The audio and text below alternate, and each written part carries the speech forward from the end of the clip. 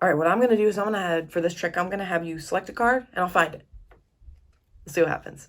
Very basic trick, but I'm going to do it very interestingly. You'll see. All right, so first, obviously, we could have the cards shuffled and mixed, but then I'd have a card selected. So in this case, we'll just say this is the card selected. Go ahead, take a look at this card. Don't tell me what it is. Got it? Okay, we'll just drop that card back into the deck, and we'll even give the cards a little bit of a mix-up here. Now, I'd like to mention that, as we're mixing the cards, the interesting thing is that your card has very magical properties. See, if we actually just riffle, I can actually hear your card. See if I just...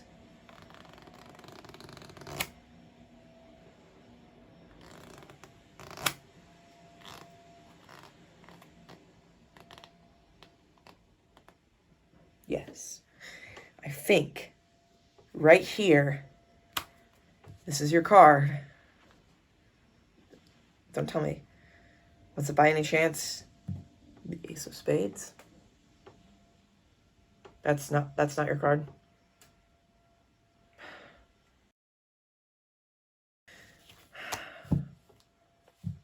You know what? Fine. We'll put that card back in the middle of the deck. Shuffle a few cards on top. You know what? We'll even give the cards another mix up. And watch this. Just like that, your card has actually traveled up through the deck, right to the top. And just like that, if we take a look, your card, the Eight of Diamonds. It's not your card either. Okay, how about this? Look.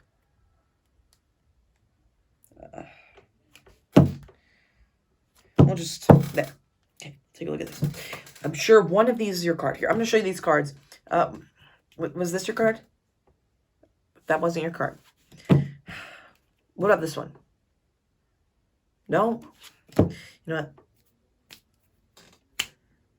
And just like that, was this your card?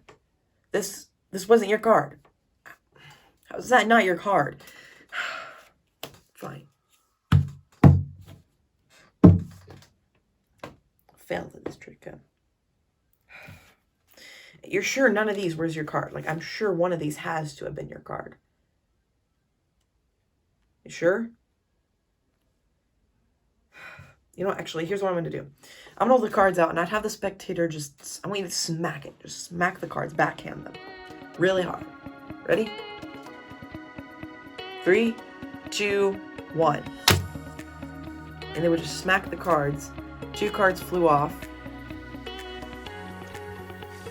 5 of Spades and the 5 of Diamonds. But one card that's left.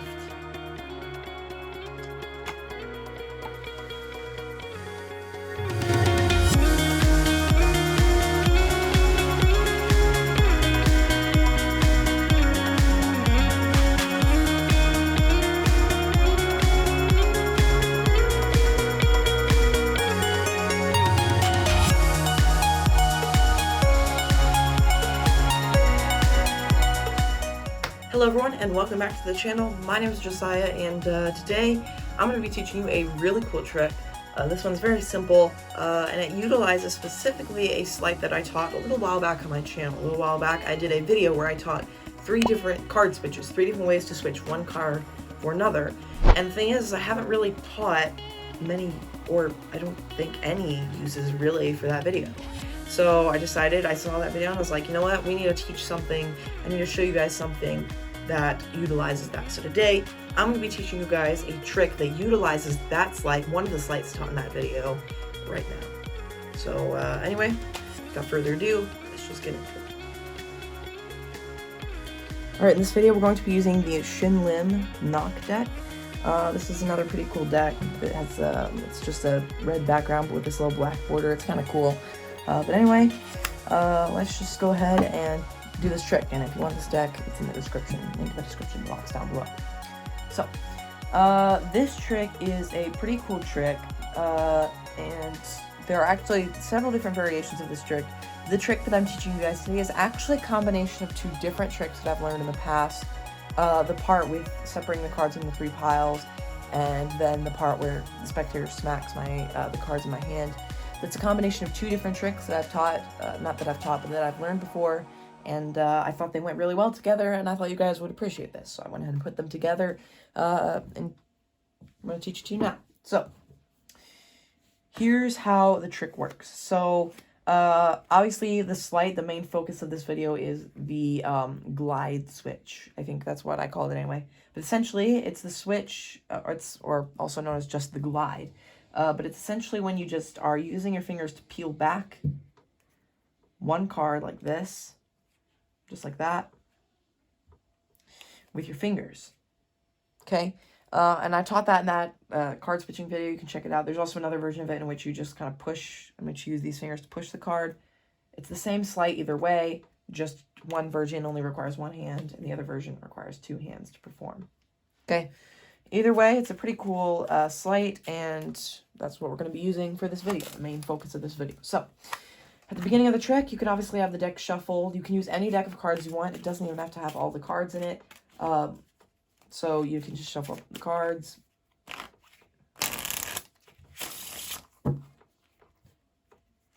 And once the cards are mixed, to whatever satisfaction that you may want, or the spectator may want, whatever, you can have the spectator select the card. They can literally select any card, and they're going to pick it, and they're going to memorize it. You want to make sure you don't see it, though, so you can cover your eyes or turn away or whatever. For the sake of the tutorial, I'll go ahead and just flip it over so we all can see it. It's the 10 of spades. So, obviously, you wouldn't know this in the actual performance, but this is the card the spectator chose in this case.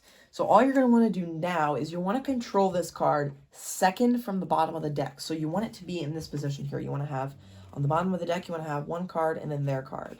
So, second from the bottom. Now, there are a few ways to do this. You can do this any number of ways, actually. The way I did in the performance utilizes things that I've already taught on my channel. So the first thing I did was I did a double undercut control.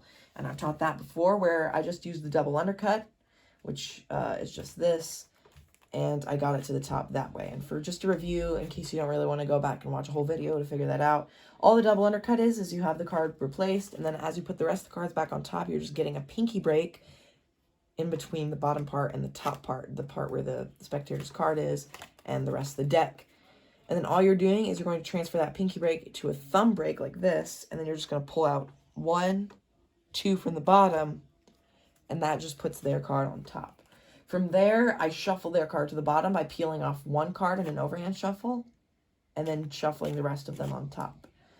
And that gets their card to the bottom. Now, there is one more thing you need to do to get the second from the bottom, and that is do another double undercut. And for that, I just lift it up with my thumb here to get another thumb break underneath the top card, and I just double undercutted all of that. And essentially all that did was just, it didn't change anything. All it did was really just take this card and put it on the bottom. But what that does is when you do that double undercut, that final double undercut, that puts their card second from the bottom. So once again, you want to, the way I did in the performance, double undercut to the top, overhand shuffle to the bottom, double undercut the top card to the bottom, and that puts their card second from the bottom. Now, you can do it any number of ways if you want to, but that's just the way I did in the performance, and a pretty easy way to do it. All that was just really easy slides. So that's a really easy way to get their card second from the bottom in that position where you need it to be. So from here, what you're going to want to do is you're going to want to do a little bit of fake out. Now, you can proceed right to cutting into 3 piles and proceeding with the trick, but I like to, with the way I perform this trick, I perform it like the magician messed up, and I have to kind of fix it. So the key here is it's 3 phases. The magic number when it comes to card magic, or any magic really, is 3. You don't want to do more than that, and you don't really want to do less than that. That's oftentimes something that is a good principle to understand. You can do it less or more if you want when it comes to like phases and the times that something happens, but when you do 3, it really works. So that's the principle you can apply to, for instance, last week's trick that was taught. Last week I had a friend, Ben, who taught on this channel, who taught a pretty cool, easy, self-working trick to you guys. And when we talked in that video, it was kind of just, you can perform it however many times you want. A good principle, though, is to just do 3 phases. So just have this happen 3 times, and then on the 4th time, it works. Or on the 3rd time, even, everything's okay, you know?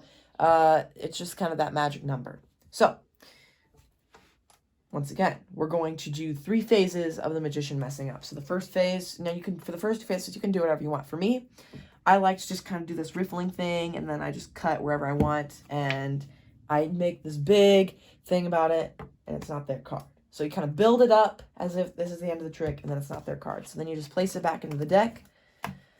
Then I just do like an ambitious card thing where I snap my fingers and I pretend like the card's about to appear on top. Once again, I'm building it up. The key here is to make sure you build it up. You don't want to rush through these phases. Each of these phases, you want to make it feel like the actual trick. And so it makes it kind of like a near miss, where the spectator is kind of, you know, they're hoping they're about to see that trick, like, oh, wow, this is going to be cool. And then you mess up, and it's kind of like that. So you want to make sure you kind of build that up. So you have those 2 phases, and you make sure you build that up with your presentation. So at this point, after doing those 2 phases, you can really do whatever you want. You can do any number of things. You can be creative about that if you want. But anyway, you mess the card twice. Finally, you just act like you're getting annoyed, and you end up cutting it into 3 piles. Now, this is where some of the more sleight of hand begins.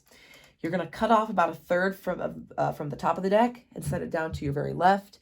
Another 1/3 right here, and another 1/3 right here. And obviously, if you're right-handed, you'll flip that around.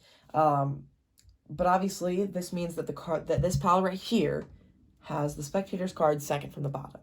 So what you're going to want to do, you pick up the first pile over here, show it to the spectator, say, is this your card? They say no. You just reach down and set it down. Now, the important thing here is that you're conditioning the spectator. And you're actually conditioning the spectator in 2 ways in this trick. First off, you're conditioning them into the idea that you're always missing. Because at this point, you have missed multiple times. You missed twice.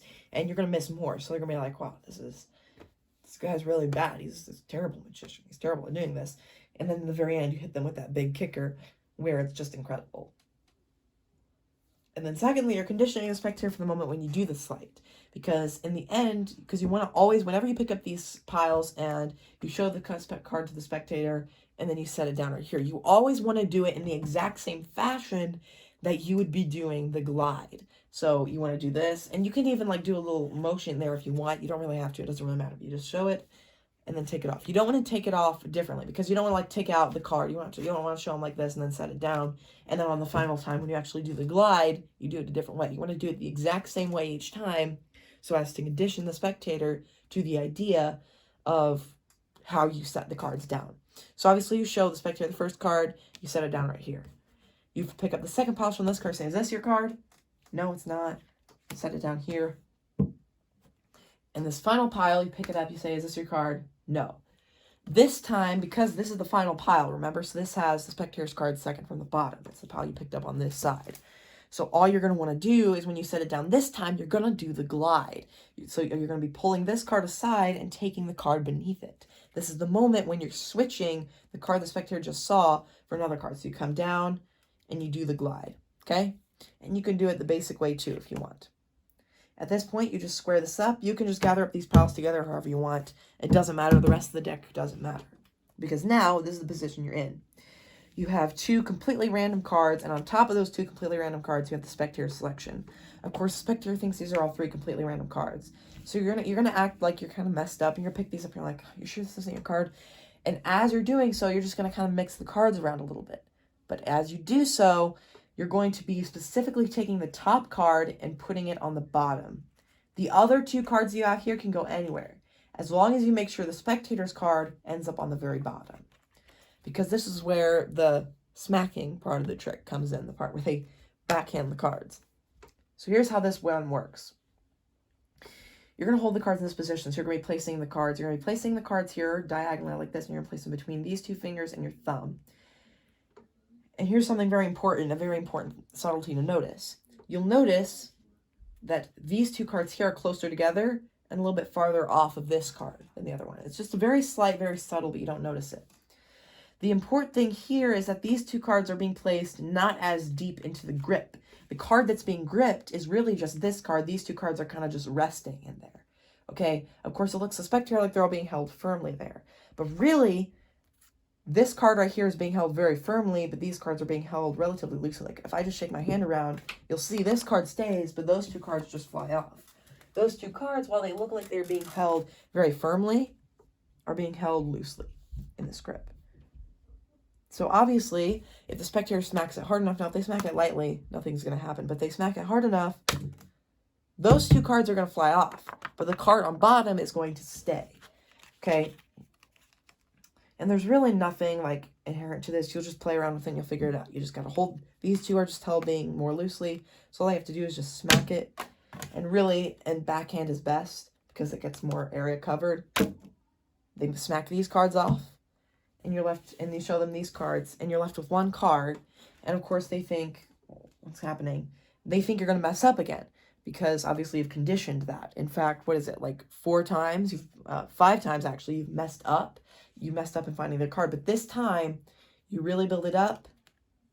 Milk it, as magicians like to say. And you flip it over very slowly. And you get this very clean, fair moment.